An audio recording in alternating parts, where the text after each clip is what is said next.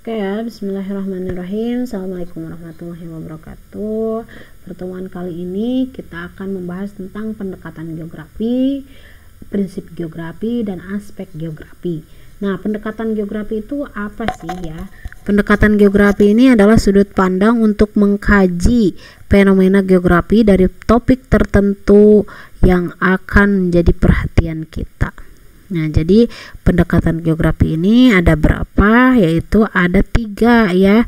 Ada 3 yaitu ada pendekatan keruangan.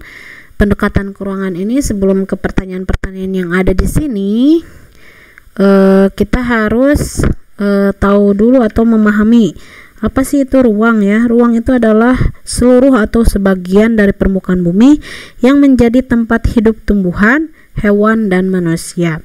Nah, pendekatan keruangan ini menganalisis gejala-gejala atau fenomena geografis berdasarkan penyebarannya dalam ruang ya.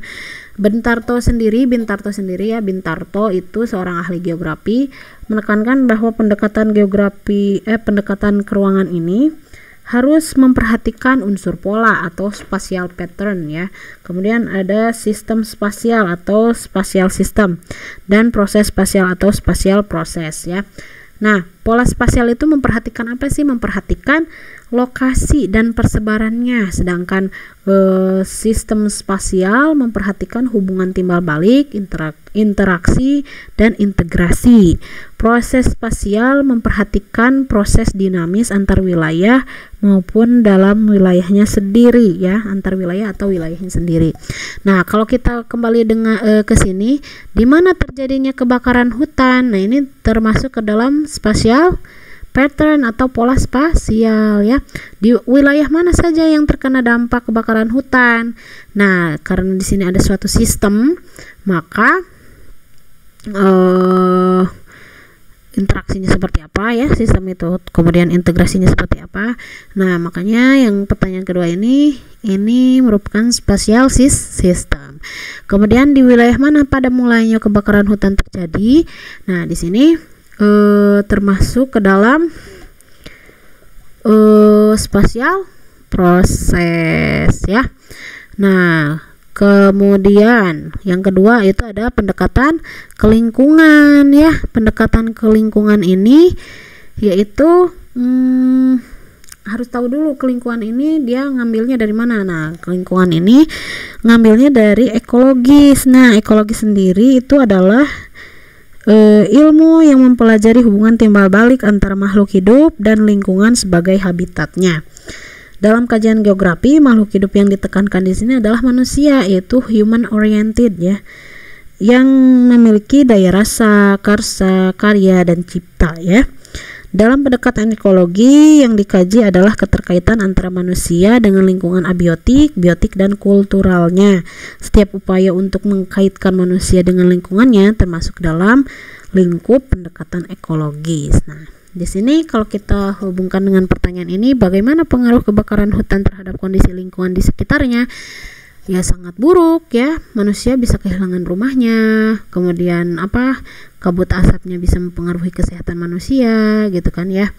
Nah, seperti itu. Kemudian pendekatan yang ketiga yaitu pendekatan kompleks wilayah, di mana pendekatan kompleks wilayah ini menurut Yunus, seorang ahli geografi, merupakan pendekatan regional yang merupakan integrasi antara pendekatan keruangan dan pendekatan ekologis ya.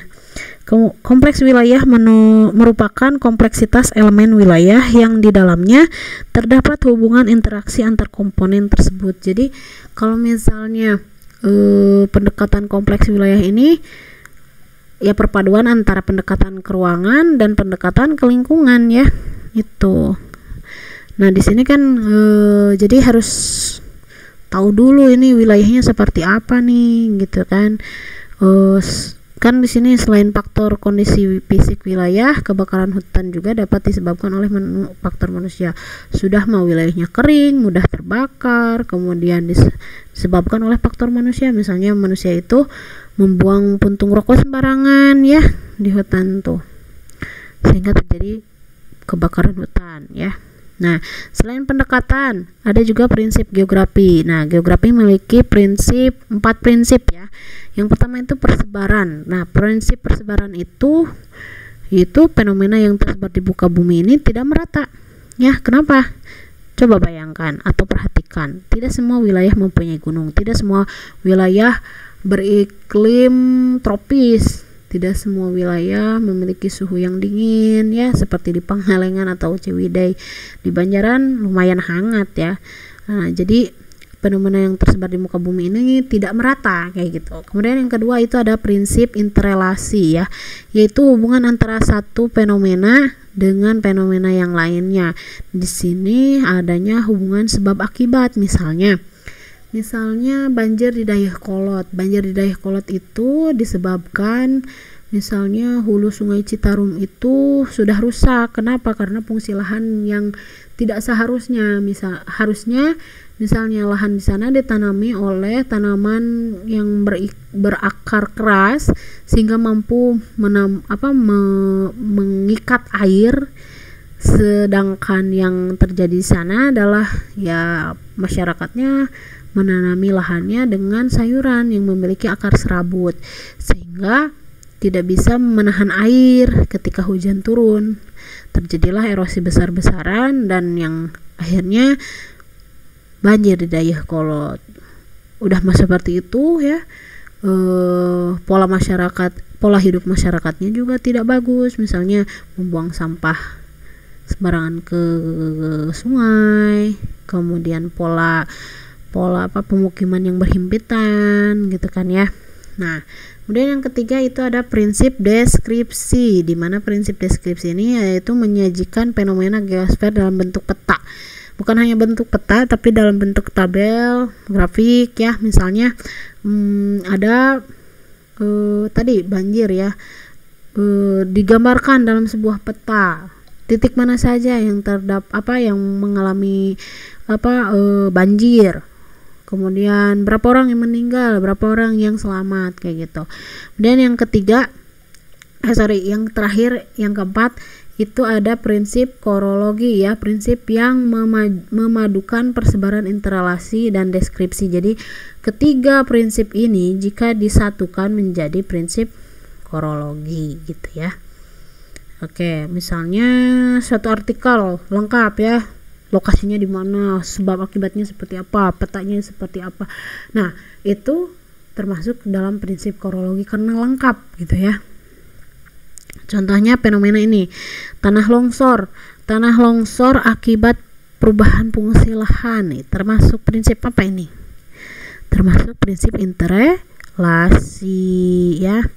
Kemudian ini peta persebaran kebudayaan suku Asmat, termasuk prinsip deskripsi.